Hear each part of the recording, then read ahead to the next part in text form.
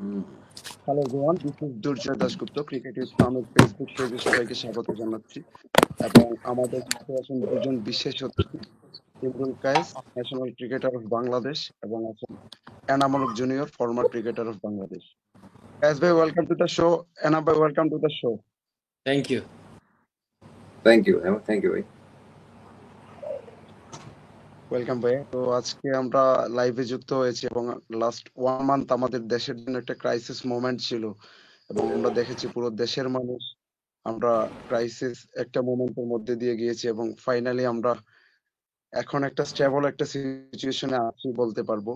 এবং আজকে আমরা কথা বলবো বাংলাদেশ ক্রিকেট নিয়ে। বিগত বছরগুলোতে আমরা বাংলাদেশ ক্রিকেট বোর্ড বিসিবিতে যে কার্যক্রমগুলো দেখেছি, অনেক ব্যাপারগুলো ছিল যেগুলো প্রশ্নবিদ্ধ কিংবা আমরা অনেক সময় বলতে পারি নাই। আমাদের যে বাক স্বাধীনতাটা আমরা হারিয়ে ফেলেছিলাম। সো ফাইনালি আমরা আবার নতুন করে আমাদের স্বাধীনতা ফিরে পেলাম। তো ওই ব্যাপারটা প্রথমে ইমরুল কায়েস ভাইয়ের কাছে জানতে চাইবো। কায়েস ভাই, মানে লাস্ট যে 1 মান্থটা বাংলাদেশের জন্য ছিল খুবই ডিফিকাল্ট, আপনি কিভাবে করেছিলেন এবং ওই কমপ্লিমেন্ট জানতে চাই, আপনি কিভাবে আমি আপনার সাউন্ডটা পাচ্ছি না।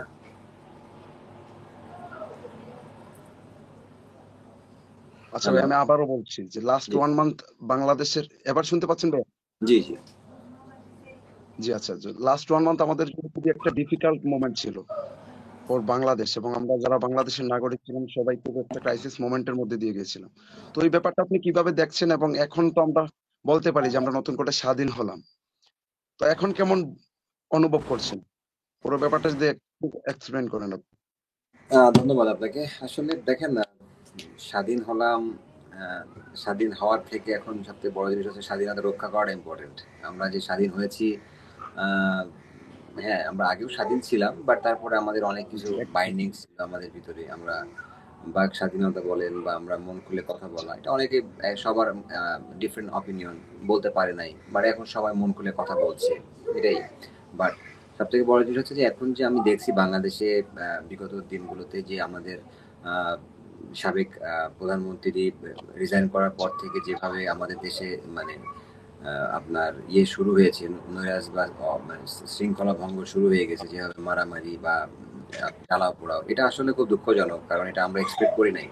আমরা নতুনভাবে বাংলাদেশ গড়ানোর যে লক্ষ্য নিয়ে আসছি, আমরা এভাবে আসলে এটা আশা করি নাই এবং কেউই চায় না। আমরা চাই একটা সুন্দর বাংলাদেশ গড়ুক। তো ওই দিক থেকে একটু মর্মাহত আমরা সবাই। এবং আমাদের বাংলাদেশের মানুষও খুব অনেকেই ভালো, যারা সুশীল সমাজ, তারাও খুবই আপসেট, আসলে একটু নার্ভাস আছে যে দেশে প্রতিদিন কি হচ্ছে না হচ্ছে। আমি আশা করি খুব তাড়াতাড়ি এটা যেন সমস্যার সমাধান হয় এবং তাহলে সবাই শান্তি পাবে।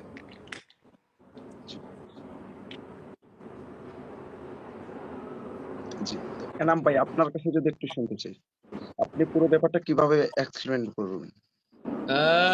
সত্যি কথা বলতে এরকম তো এত মানুষ হতাহত হয়েছে, আহত হয়েছে, নিহত হয়েছে, এতগুলা স্টুডেন্ট মারা গেছে। তারপরে আসলে সত্যি কথা, আমরা তো বলতাম ওদের আসলে টিকটক যুগ বলতাম ওদের, এবং টিকটক জেনারেশন বলতাম ওদের, মোবাইল জেনারেশন বলতাম ওদের। বাট ওরা যে সাহসিকতার সাথে দেখিয়েছে আমাদের, সত্যি কথা বলতে আমি ওদের আত্মার, যারা মারা গিয়েছে ওদের আত্মার মাগফিরাত কামনা করছি। আর সত্যি কথা, যারা আহত আছেন আমি দ্রুত সুস্থতা কামনা করছি ওদের। সত্যি কথা বলতে ওরা আসলে দেখিয়ে দিয়েছে আসলে অন্যায়ের কিভাবে প্রতিবাদ করতে হয়। আর আশা করব ইন ফিউচারে যারাই ক্ষমতায় যাক বা যারাই আসুক, সবারই একটা ভয় থাকবে যে না, ছাত্ররা করে দেখিয়েছে এবং আমাদের একটু সাহস হয়েছে এখন। ইভেন ধরেন মিডিয়ার লোকদেরও অনেক সাহস হয়েছে যে আন্দোলন আসলে দেখিয়ে দিয়েছে যে আসলে যে কোনো অন্যায়ের প্রতিবাদ করা উচিত। আর সবাই যদি মিলে যদি প্রতিবাদ করি, অবশ্যই একটা ভালো সলিউশন আসবে। এবং যেরকম আমরা বলছিলাম যে আসলে আমাদের বাক স্বাধীনতা ছিল না, আমরা একটা স্বাধীন রাষ্ট্রের মতো আসলে আমরা উদযাপন করতে পেরেছি। জি, তো কায়েস ভাই, আজকে আমরা যে টপিকটা নিয়ে কথা বলবো বাংলাদেশ ক্রিকেট। সো আপনি বাংলাদেশের একজন ন্যাশনাল ক্রিকেটার, তো আপনার কাছ থেকে যদি আমি একটু জানতে চাই যে সোফার বাংলাদেশ ক্রিকেট বোর্ড বিসিবিতে যে একটা যারা ছিলেন নাজমুল হোসেন পাপনের নেতৃত্বে, তো আপনি এজ এ ন্যাশনাল ক্রিকেটার এই ব্যাপারটা কিভাবে দেখেছেন এত বছর ধরে, যদি একটু এক্সপ্লেন করেন। দেখুন, আসলে সত্যি কথা বলতে কি, আমি 2019-এর পর থেকে বাংলাদেশ ক্রিকেট টিমের সাথে নাই। তার আগ পর্যন্ত যতটুকু আমি খুব কাছের থেকে দেখেছি, এটা আসলে কোনো প্রফেশনাল কান্ট্রির সিস্টেম আসলে হতে পারে না। এটা এই সিস্টেমে কোনো প্রফেশনাল দেশ বলেন বা ক্রিকেট বোর্ড বলেন, এটা এভাবে চলে না। এটা মানে এটা জাস্ট যার যখন ডিসিশন নেওয়ার ইচ্ছা, যার যখন চিন্তা ভাবনা আমার মাথায় এটা আসছে আমি এভাবেই এক্সিকিউট করতে চাই, ওইভাবে আর কি আমাদের ক্রিকেট বোর্ডটা আসলে হয়েছে। মানে যারা প্রফেশনাল লোকজন আমার কাছে মনে হয় যে ক্রিকেটের, those are all are professional but different, মানে আর কি সাইডে প্রফেশনাল, বাট ক্রিকেট লাইনে আমার কাছে মনে হয় খুব কম প্রফেশনাল লোক ছিলেন, এবং যার জন্য হয়তো বা আমাদের ইনফ্রাস্ট্রাকচার বলেন বা আমাদের ক্রিকেট যে উন্নয়ন অবকাঠামো আমরা কোনো কিছুতে আগাতে পারি নাই। এটার জন্য আমি অবশ্যই ক্রিকেট বোর্ডের থেকে, মানে ক্রিকেট বোর্ড তো আসলে একটা প্রতিষ্ঠান, বাট সব থেকে বড় জিনিস হচ্ছে যে পাপন ভাইকে আসলে আমরা অনেকেই ভাবে অনেক রকম ভাবে উল্টাপাল্টা কথা বলি, কিন্তু বেসিক্যালি পাপন ভাইয়ের সাথে আমি যেটুকু দেখেছি, পাপন ভাইকে কি আপনি মানে গিয়ে যদি কোনো প্রপোজাল থাকে দেন যে আপনাকে ক্রিকেটের জন্য এটা করতে হবে, পাপন ভাই কিন্তু সে যথেষ্ট করার চেষ্টা করেছে, আমি যতটুকু বুঝেছি আর কি। বাট ওনাকে কিভাবে মানে প্রেজেন্ট করা হইতো জিনিসগুলো, এটা ইজ ভেরি ইম্পর্টেন্ট আমার কাছে মনে হয়। যে যারা প্রেজেন্ট করতো, আমার মনে হয় এই মানুষগুলো উনি ভালো পায় নাই, এবং ওনাকে খুব বাজেভাবে মিস ইউজ করা হয়েছে বাংলাদেশ ক্রিকেটে, যার জন্য আচ্ছা হয়তো বা উনিও ওনার বেস্ট সার্ভিসটা দিতে পারেন নাই, বাংলাদেশ ক্ষতিগ্রস্ত হয়েছে। জি। আচ্ছা এনাম ভাই, আপনার কাছে যদি জানতে চাই তার আগে আমি লাস্ট একটা লেটেস্ট আপডেট যেটা আমরা পেলাম, আমরা মিডিয়া পার্সন যারা আমরা তারা পেয়েছি, যেটা হচ্ছে বাংলাদেশ ক্রিকেট বোর্ডের এখন পর্যন্ত 10 জন পরিচালক নিরুদ্দেশ। মানে আমরা জানি না তারা কোথায় আছেন। তো ওইটা দিয়ে একটু শুরু করতে চাই। এনাম ভাই, আপনি একজন ফর্মার ক্রিকেটার, খুব এক্সপিরিয়েন্স একজন ক্রিকেটার। আপনি সামনে থেকে অনেক কিছু দেখেছেন, কিন্তু আপনি বলতে পারেন নাই কারণ আমাদের ওই বাক স্বাধীনতাটা ছিল না। হুম তো আপনি, আপনার কাছে আপনার কমপ্লিমেন্টটা যদি আমি জানতে চাই, বাংলাদেশ ক্রিকেট আমরা জানি আনঅফিসিয়ালি আমরা সবাই জানি এটা একটা করাপ্টেড একটা জিনিস চলে আসছিল। এবং আমি আরেকটা রেফারেন্স দিতে চাই, একজন মানুষের কথা আজকে আমি বলতে বাধ্য হচ্ছি, ইসমাইল হায়দার মল্লিক। তিনি একটা সময় বিসিবিতে পিয়নের চাকরি করতেন, তিনি এখন বিসিবির পরিচালক। এই ব্যাপারটা যদি আপনি একটু এক্সপ্লেন করেন আপনার এক্সপিরিয়েন্স থেকে। মানে কেউ কে পিয়ন থেকে ডাইরেক্টর হলো এগুলি আমার দেখার বিষয় না। যদি কোনো ভালো জি, মানুষ যোগ্যতা থাকে, he can he can B A director, but কথা হলো গিয়ে ডাইরেক্টর হয়ে আমি কি কাজ করছি সেটা হলো ইম্পর্টেন্ট। আর অবশ্যই, আসলে আমরা যতটা না ক্ষতি করেছি আমাদের ন্যাশনাল টিমকে, আমরা বেশি ক্ষতি করেছি আমাদের স্ট্রাকচারকে। বলেন অবভিয়াসলি। আমাদের ঢাকা লিগ যদি আমি বলি, ঢাকা লিগ অনেক বিদেশের সাথে আমি খেলেছি 20 বছর। প্রত্যেকটা প্লেয়ারই বলছে যে প্রেসার অনুযায়ী লিস্টে ক্রিকেটে Bangladesh one of the toughest league. But এই জি, জি, লিগটাকে আমরা কি করেছি লাস্ট কয়েক বছরে, আমরা একদম আমাদের কয়েকটা টিমে গুটি কয়েক টিমের মতো বানিয়ে ফেলেছি, যেখানে আম্পায়ারিং এ আমরা আমাদের অনেক ক্ষতি করেছি। ভালো আম্পায়ার উঠে আসেনি আমাদের জন্য। তারপরে হলো গিয়ে আমাদের ক্রিকেটটা মানে ডোমেস্টিক ক্রিকেটটা ধ্বংস হয়েছে, ডোমেস্টিক ক্রিকেটটা মানে আগায়নি। তারপরে হলো গিয়ে প্রশ্নবিদ্ধ, আমরা আসলে বিপিএলটাকে আগাইতে পারিনি। বিপিএল হলো গিয়ে আমাদের বিগ ব্যাশ আইপিএল এর পরে বিপিএল ছিল তখন, কিন্তু এই বিপিএলটা আমরা নামিয়ে দিয়েছি 3, 4, 5, 6 নম্বরে। তো সবকিছু মিলিয়ে আসলে আমাদের করাপশন তো অবশ্যই এক একটা জিনিসের। বিসিবির যদি একটা রানিং রানিং পেডেল সাইকেলের যদি দাম যদি 1 লাখ টাকা হয়, সেটার দাম গিয়েছে 6 লাখ টাকায়। কি পরিমাণ আমাদের ওইখানে অবভিয়াসলি। আমাদের যে করাপশন হয়েছে। বাট আমি করাপশনের দিকে যেতে চাই না, আমি বলতে চাই করাপশন সব ক্রিকেট বোর্ডে কিছু না কিছু হয়েছে, বাট মাঠের খেলাটাকে সবাই ঠিকঠাক মতো রেখেছে। স্ট্রাকচার বা মাঠের খেলা সবকিছু ঠিকঠাক মতো ছিল, কিন্তু আমাদের মাঠের খেলাটাই তো ঠিকঠাক মতো ছিল না। আমাদের ফার্স্ট ক্লাস ক্রিকেটটা নিয়ে এত বছর ধরে আমাদের অভিযোগ, আমাদের ফার্স্ট ক্লাস ক্রিকেট আমরা দাঁড়ই করাইতে পারিনি। কেন দাঁড় জি, করাবো না? একটা ভালো কোচ দিতে পারেনি, একটা ভালো ইয়ে করতে পারেনি, প্লেয়ারদের খেয়াল রাখিনি আমরা। প্রথম শ্রেণী ক্রিকেটারদের আসলে সবসময় আসলে বৈষম্য যে জিনিসটা ছাত্ররা আন্দোলন করেছে, আমাদের ক্রিকেট বোর্ডে ছিল ফার্স্ট ক্লাস ক্রিকেটাররা ছিল বৈষম্য বিরোধীর তে ছিল ওরা। আর ওরা ফার্স্ট ক্লাস ক্রিকেটারদের আসলে খুবই খুবই আমরা প্রবলেমে ছিলাম। আমি যতদিন ছিলাম, আমি তো 2 বছর ধরে আমি ফার্স্ট ক্লাস ক্রিকেট খেলিনি, বাট ফার্স্ট ক্লাস ক্রিকেট কখনোই ইমপ্রুভ হয়নি আমাদের। প্লেয়াররা বা ভালো একটা ফেসিলিটিস পায়নি, যাও কিছু পেয়েছিল লাস্ট আন্দোলনের কারণে। তারপরে হলো গিয়ে আমাদের ন্যাশনাল টিম যদি বলি, আমাদের কন্ট্রোভার্সি তো ছিলই, অ্যাকাউন্টেবিলিটি ছিল না আমাদের ন্যাশনাল টিমের সিলেকশন প্যানেলে। আমরা পাপেট ছিলাম আমাদের চিফ সিলেক্টররা। আমাদের হাতুরা সিং, আমি সম্মান রেখে বলছি, হাতুরা সিং উনি যা বলেছে নান্নু ভাই সেটা মানতে বাধ্য হয়েছে। তারপরে একটা জেনারেশন, আমি কালকে একটা স্ট্যাটাস দিয়েছি, একটা জেনারেশন গ্যাপ হয়েছে, সেটা এক্সপ্লেন আমি করছি। একটা জেনারেশন বলতে নাইম ইসলাম, ইমরুল কায়েস, মার্শাল আইয়ুব, ওরা যথেষ্ট ভালো টেস্ট প্লেয়ার হতে পারতো। ওরা যদি কন্টিনিউ করতে পারতো তাহলে আমাদের কিন্তু টেস্ট ক্রিকেটে মিডল অর্ডারে ঝামেলা হতো না, ওপেনার একটা পেতে তো সময় লাগতো না। এই গ্যাপটা কারণ উনি, নান্নু ভাই যদি ঠিক থাকতো তাহলে একটা জেনারেশন গ্যাপ হতো না। তারপরে সিনিয়র ক্রিকেটারদের আসলে আমরা ডোমেস্টিক শান্তি মতো খেলতে দেইনি, তাই না?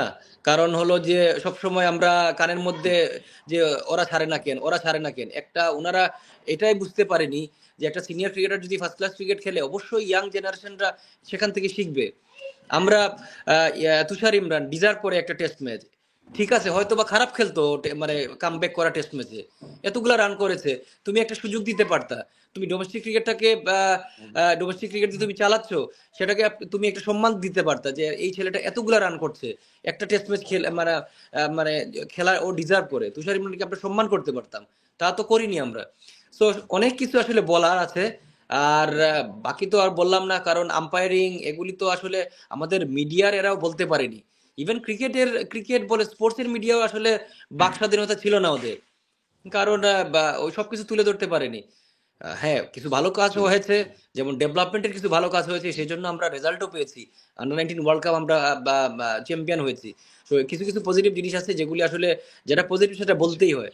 বাট সবকিছুর ঊর্ধ্বে ছিল আমাদের ডোমেস্টিক ক্রিকেট, যেটা অবশ্যই। আমরা আসলে একদমই ধ্বংসের পথে নিয়ে গিয়েছিলাম। জি তো কায়েস ভাই, এনাম ভাইয়ের কথার প্রেক্ষিতে যদি আমরা বলি, আমরা জাতীয় দলের বাইরে যখন একটা ক্রিকেটার আসে তখন কিন্তু তাকে ডোমেস্টিক ক্রিকেটে পারফর্ম করে আবার জাতীয় দলে ফেরার একটা দরজা খুলতে হয়, আমরা যেটা দেখে আসছিলাম। তো রিসেন্টলি আমরা বাংলাদেশ ক্রিকেট বোর্ডের যে ব্যাপারগুলো দেখলাম, যে একটা প্লেয়ার যখন ন্যাশনাল টিম থেকে ড্রপ করবে তাকে, সে কিন্তু আলটিমেটলি ফার্স্ট ক্লাস ক্রিকেট বলেন কিংবা ডোমেস্টিকে ওই পর্যাপ্ত সুযোগই পাচ্ছে না। তো এই ব্যাপারটা আপনি কিভাবে দেখেছেন, বা আপনি ওইরকম কখনো ফেস করেছেন কিনা? না মানে ন্যাশনাল টিম থেকে ড্রপ করার পর আমি কখনো এরকম ফেস করি নাই যে ফার্স্ট ক্লাস ক্রিকেট আমি সুযোগ পাই নাই। আমি আলহামদুলিল্লাহ ফার্স্ট ক্লাস থেকে যথেষ্ট ভালো খেলেছি, হয়তো বা আমার ওই এক্সেসটা ছিল। বাট হ্যাঁ, এটা বলতে পারেন যে অনেক ছেলের ক্ষেত্রে হয়, হয়তো লেগ স্পিনারদের ক্ষেত্রে এটা বেশি হয়েছে।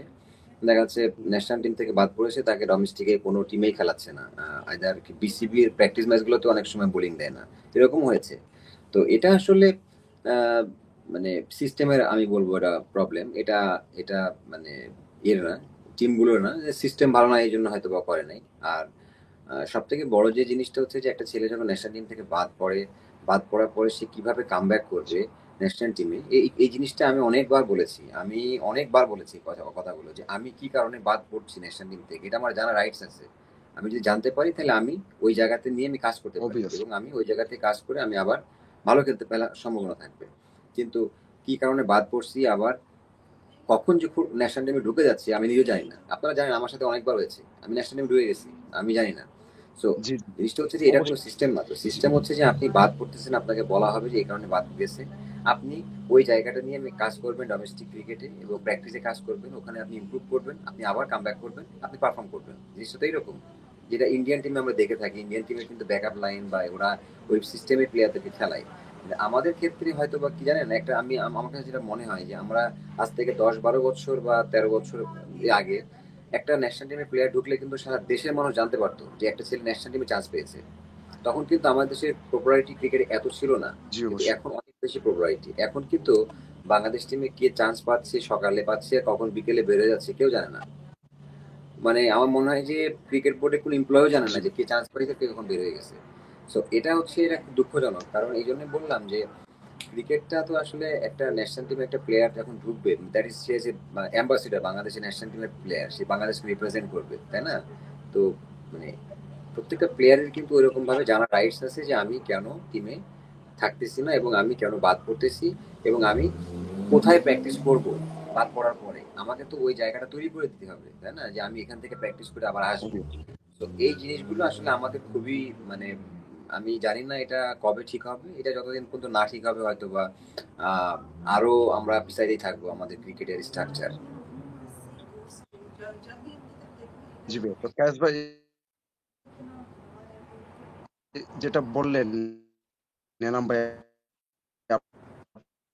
আপনার কাছে একটা ব্যাপার আমি চাচ্ছি, দুই কথা বলি। ন্যাশনাল দেন হচ্ছে ওই প্লেয়ারটা কিন্তু পারফর্ম না করে ন্যাশনাল টিমে ঢুকতেছে, কিন্তু ওই প্লেয়ারের কিন্তু রিপ্লেসমেন্ট আরেকটা প্লেয়ার যেটা ডোমেস্টিকে পারফর্ম করার পরেও চান্স পাচ্ছে না।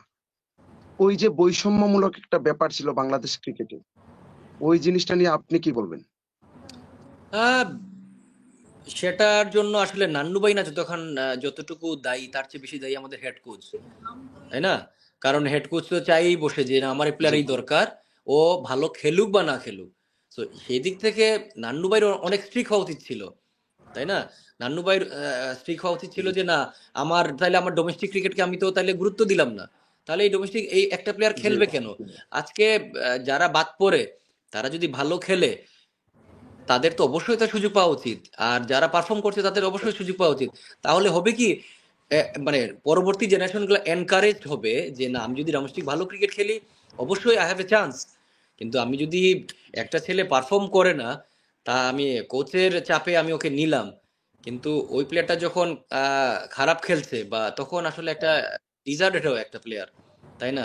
তখন খুব জন্মায়, যে এরকম এইসব খুব যখন যখন উনার ক্ষমতায় থাকবে না, এই ক্ষোভটা কিন্তু জারবে, যেটা এখন অনেক অবশ্যই। প্লেয়ারই সেটা প্রকাশ করবে, তাই না? জি তো আমি আসলে আমি অবশ্যই এখন আলহামদুলিল্লাহ যে আমরা একটা ভালো পর্যায়ে এখন যাব ইনশাল্লাহ নেক্সট ফিউ ইয়ার্স, যাতে এই প্রবলেমে না পড়ে আমাদের পরবর্তী জেনারেশন যাতে ওদের ট্রানজিশনটা হয় স্মুথলি, তাই না? তো এটা অবশ্যই। দরকার। আর ডোমেস্টিক তো ইম্পর্টেন্ট। আমি একটা কোয়েশ্চেন দেখছি এখানে, বলছে যে ঢাকা লিগ ও আম্পায়ারিং। টাকা লিগে সো আম্পায়ার। হ্যাঁ, জি জি তো জি আমি তো অবশ্যই বিশ্বাস করি পরবর্তী যারা দায়িত্ব নিবে অবশ্যই এটা ফার্স্ট প্রায়োরিটি। ঢাকা লিগ বলেন বা ফার্স্ট ক্লাস ক্রিকেট বলেন, অবশ্যই আম্পায়ারিং হলো গিয়ে আমাদের ফার্স্ট প্রায়োরিটি হওয়া উচিত, আম্পায়ারিং ফেসিলিটিস। আর হলো গিয়ে ঢাকা লিগটা ইমপ্রুভ করা, বিকজ ঢাকা লিগ আমাদের অনেক অনেক ইম্পর্টেন্ট, কারণ এই ঢাকা লিগটা আমাদের সবচেয়ে পুরাতন লিগ। এই ঢাকা লিগটা আসলে আমাদের বাংলাদেশের শুরুতের লিগ। তো এই ঢাকা লিগটা অবশ্যই আমাদের স্মুথলি হওয়া উচিত, এই আগের মতো একটা জাঁকজমকপূর্ণ হওয়া উচিত। এই বছর একটা মেরমেরি লিগ হয়েছে ঢাকা লিগে, অবশ্যই এটা একটা প্লেয়ার, বিদেশি প্লেয়ার অবশ্যই একটা কম্পিটিটিভনেস নিয়ে আসে।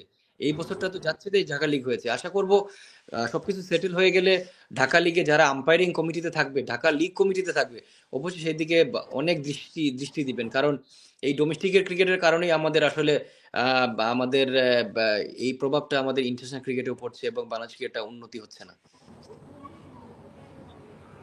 আচ্ছা, কায়েস ভাই আপনার কাছে আমি আরেকটা ব্যাপার জানতে চাচ্ছি regarding Bangladesh premier league BPL. আপনি বিপিএল এ অনেক সময় অনেক ফ্র্যাঞ্চাইজির হয়ে খেলেছেন। তো আপনার কি মনে হয় বিপিএল এ কি প্লেয়াররা ওই ফ্যাসিলিটিসটা পায় কিনা, যেটা আমরা অন্যান্য ফ্র্যাঞ্চাইজি লিগের ক্ষেত্রে দেখি, যেমন আইপিএল কিংবা বিগ ব্যাশ কিংবা বিপিএল এর কথাও যদি বলি, ওই ফ্যাসিলিটিস কি Bangladesh cricket board, BCB, Bangladeshi player কিংবা ফরেন প্লেয়ার যারা আসে খেলতে তাদেরকে কি ওইটা প্রোভাইড করতে পারে কিনা? আপনার এক্সপিরিয়েন্স থেকে যদি একটু বলেন।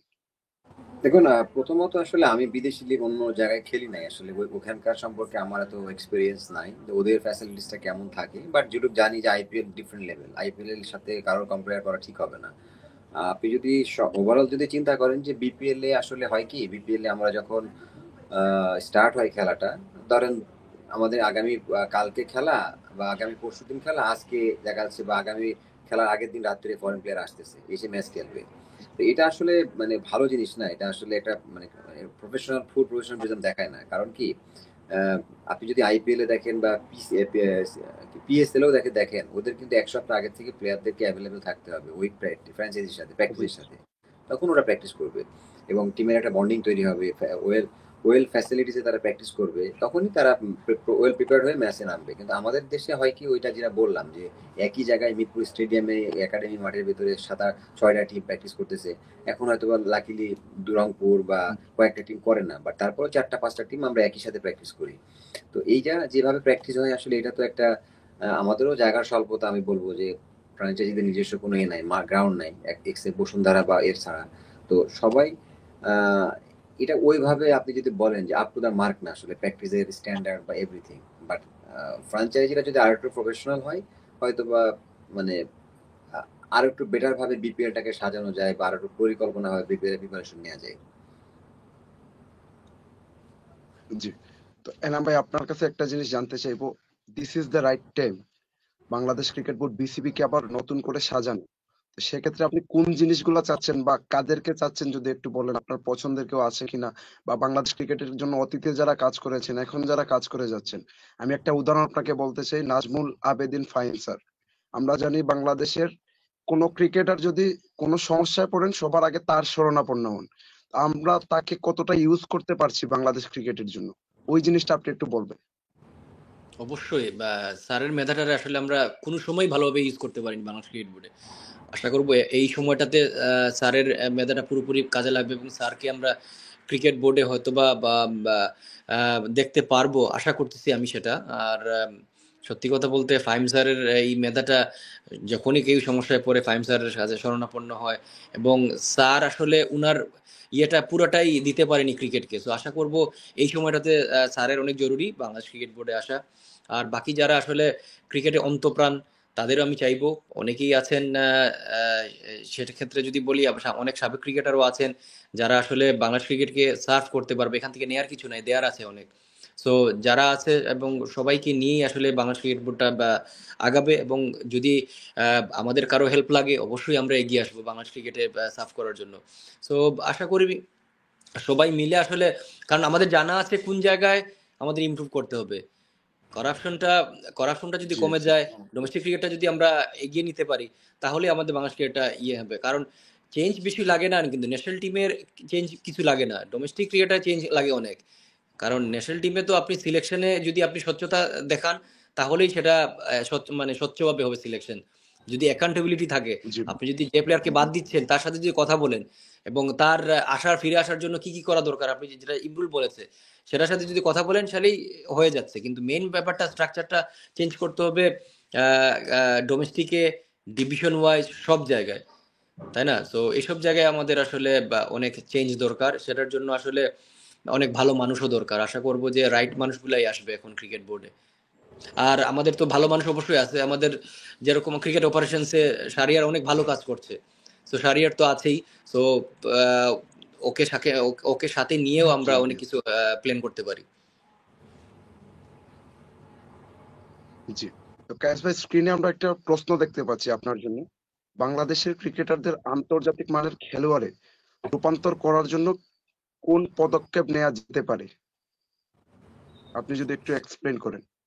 না, বাংলাদেশের আন্তর্জাতিক মানের প্লেয়ারই তো খেলতেছে, যারা ন্যাশনাল টিমে খেলে তারা সবাই তো আন্তর্জাতিক মানেরই খেলোয়াড়, তারা এই জন্য তো ন্যাশনাল টিমে খেলতেছে। আপনি বলতে পারেন যে আরো বেটার কিভাবে করা যেতে পারে। আমার মনে হয় যে আরো বেটার করার জন্য আরো বেটার স্ট্রাকচার বানাতে হবে, বেটার সিস্টেমে প্র্যাকটিস করতে হবে এবং বেশি বেশি টুর্নামেন্ট অর্গানাইজ করতে হবে। আমরা টি-টোয়েন্টি ক্রিকেটে ভালো না, আমরা টি-টোয়েন্টি ক্রিকেটে যদি আরো বেশি অর্গানাইজ করতে পারি টুর্নামেন্ট। ধরেন ইন্ডিয়াতে যদি দেখেন প্রত্যেকটি স্টেটে কিন্তু আলাদা টি-টোয়েন্টি টুর্নামেন্ট হয় আইপিএল এর আগে। তো এরকম ভাবে যদি আমাদের বাংলাদেশে ধরেন ৬-৭টা ডিভিশনে যদি আমরা ছোট আকারেও যদি আমরা টুর্নামেন্ট গুলো করতে পারি, বা বিসিবি যদি ঠিক মতো ধরেন প্রিমিয়ার লিগের আগে বা এনসিএল এর আগে একটা করে টি-টোয়েন্টি টুর্নামেন্ট করে প্রত্যেকটা ছোট শর্ট ফরম্যাটে, তাহলে তাও মানে অনেকগুলো খেলা প্লেয়াররা পায়। এতে করে তাদের নিজেদের স্কিল শো করতে পারবে, তারা নিজেরা রান করে তাদের কনফিডেন্স আসবে। তখন হয়তো বা আস্তে আস্তে তাদের ভালো উইকেট বানাতে হবে, উইকেটে তাহলে অনেক রান করতে পারবে।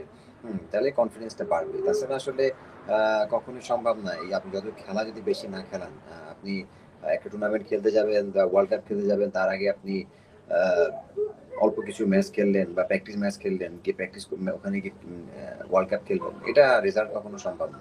আর তারপরে যদি আমরা মিরপুরের মতো জায়গায় যদি প্র্যাকটিস করে যাই, এটা কখনোই এক্সপেক্ট করবেন না যে ব্যাটসম্যানরা রান করবে।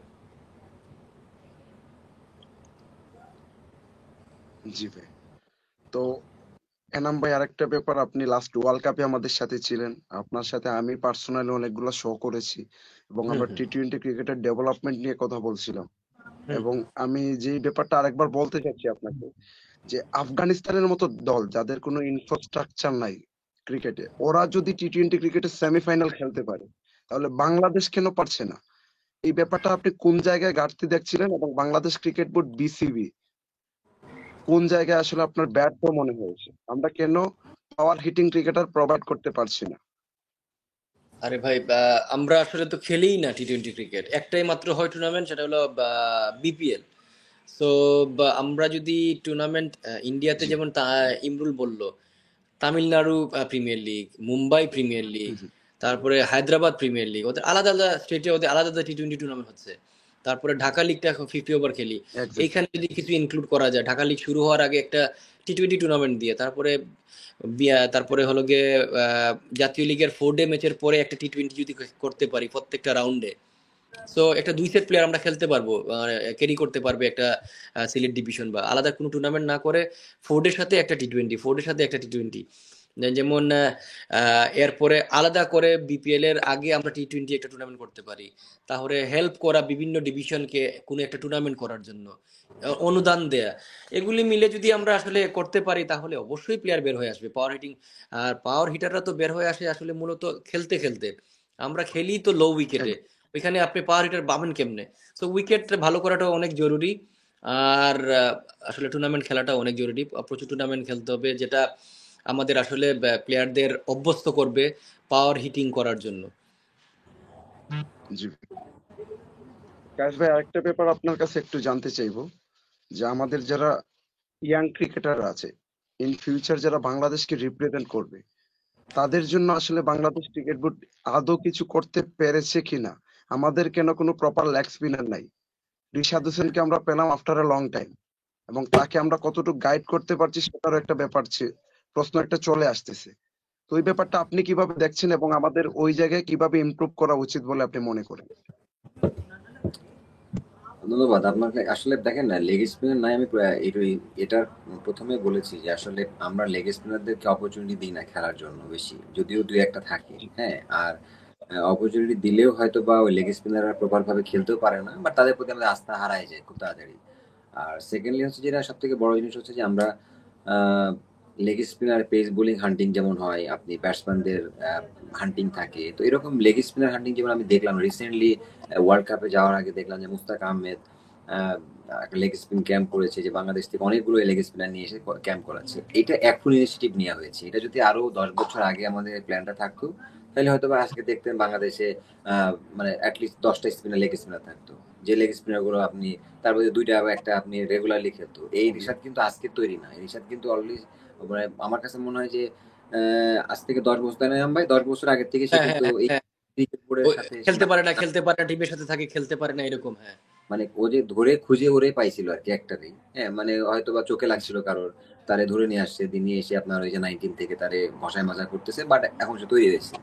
বাট যে জিনিসটা হচ্ছে যে আমাদের আহ, ওই হান্টিংটা নাই, যে আমি সারা বাংলাদেশ খুঁজে আমি দেখা যাচ্ছে 50টা বা 20টা বা 50 এরকম প্লেয়ার নিয়ে আসবো, ওদেরকে আমরা নার্সিং করব, রেখে ওই ছেলেগুলোকে দিয়ে হয়তো বা 4-5টা প্লেয়ার আমার বের হয়ে যাবে খেলার জন্য। ওই জিনিসটা ছিল না, ওই জিনিস না থাকার কারণে আমার লেগ স্পিনার ঘাটতি হয়ে গেছে। আচ্ছা, তো এনা ভাই, আমরা একদম শেষ পর্যায়ে চলে আসছি। আপনার কাছে লাস্ট একটা কোয়েশ্চেন দিয়ে আমরা শেষ করব। আমরা একটা জিনিস শুনতে শুনতে আমাদের সবার মুখস্থ হয়ে গেছে। যারা বাংলাদেশ ক্রিকেট ফলো করে, আমি মনে করি বাংলাদেশের প্রতিটা মানুষ জানে যে আমাদের বিসিবি প্রেসিডেন্ট পাপন ভাই একটা কথা সবসময় বলতেন, বিসিবির 900 কোটি টাকা রিজার্ভ। আসলে ওই রিজার্ভটা দিয়ে আমরা কি করলাম এত বছর? এই জিনিসটা একটা প্রশ্ন। আরেকটা হচ্ছে, বাংলাদেশ ক্রিকেট বোর্ডকে যারা ইন ফিউচার, যারা বাংলাদেশ ক্রিকেটের জন্য কাজ করবেন, তাদের কোন ব্যাপারগুলোতে আসলে সবচেয়ে বেশি নজর দেওয়া উচিত বলে আপনি মনে করছেন একজন এক্স ক্রিকেটার হিসেবে? ওই জিনিসটা যদি একটু এক্সপ্লেন করেন। আহ, সবচেয়ে বেশি নজর দিতে হবে অবশ্যই, ক্রিকেট ডেভেলপমেন্ট তো আছেই, ডোমেস্টিক ক্রিকেট। জি। আপনি যতদিন আপনি ডোমেস্টিক ক্রিকেটারদের ভালো রাখবেন, সেখানে কিন্তু অনেক ভালো ক্রিকেট হবে। এখন ভালো ক্রিকেট হচ্ছে ফার্স্ট ক্লাস ক্রিকেটে, কিন্তু প্লেয়ারদের আরো সুযোগ সুবিধা দিতে হবে যাতে আমরা আসলে প্লেয়াররা আসলে হ্যাপি থাকে। প্লেয়াররা যখন হ্যাপি থাকবে, কম্পিটিটিভনেস আরো বাড়বে। এবং অনেক কম্পিটিটিভ ক্রিকেট হচ্ছে, কিন্তু ফেসিলিটিস আরো বাড়াতে হবে, প্লেয়ারদের কিন্তু আরো অপরচুনিটি দিতে হবে, ফাইন্যান্সিয়ালি অনেক হেল্প করতে হবে। এই জায়গাটায় আহ, এই জায়গাটায় অনেক বেশি মনোযোগ রাখতে হবে। আর হলো গিয়ে মাঠটা যদি আরো বাড়ানো যায়, মাঠ যদি আরো বাড়ানো যায়, অবশ্যই এটার জন্য আরো হেল্প করতে হবে।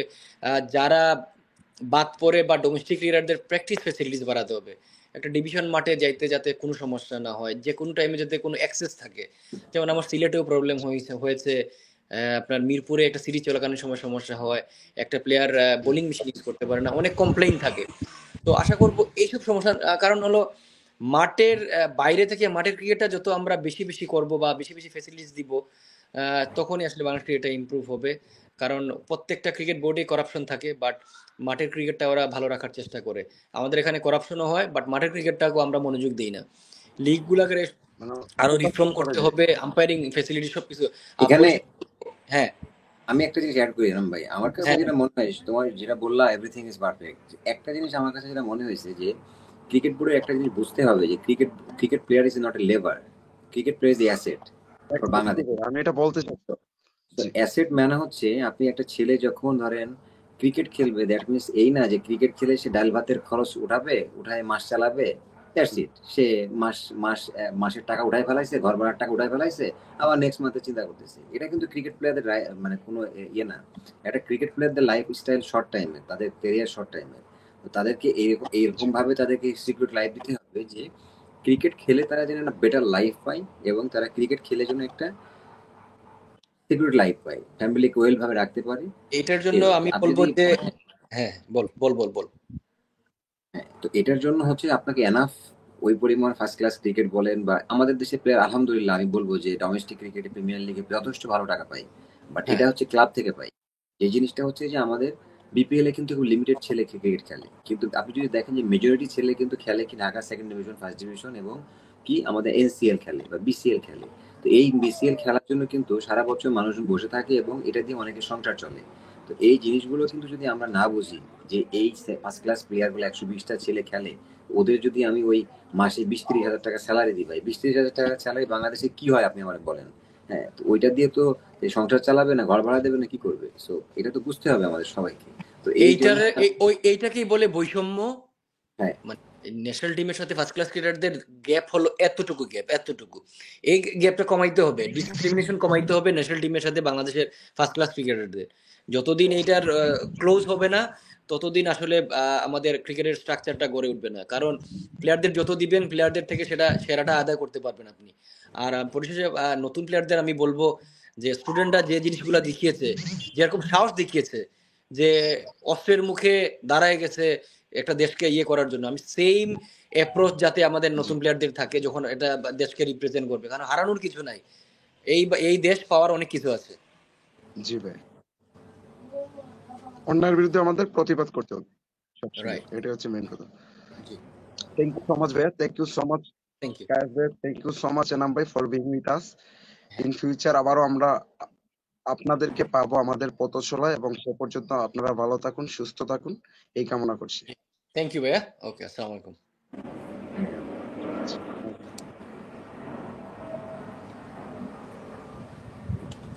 ক্রিকেটের সামের সকল দর্শককে আমি এখানে বিদায় জানাচ্ছি। আমরা আবারও ফিরে আসবো নতুন কোনো অতিথি নিয়ে, নতুন কোনো লাইভে। সে পর্যন্ত সবাই ভালো থাকুন, সুস্থ থাকুন, শুভরাত্রি।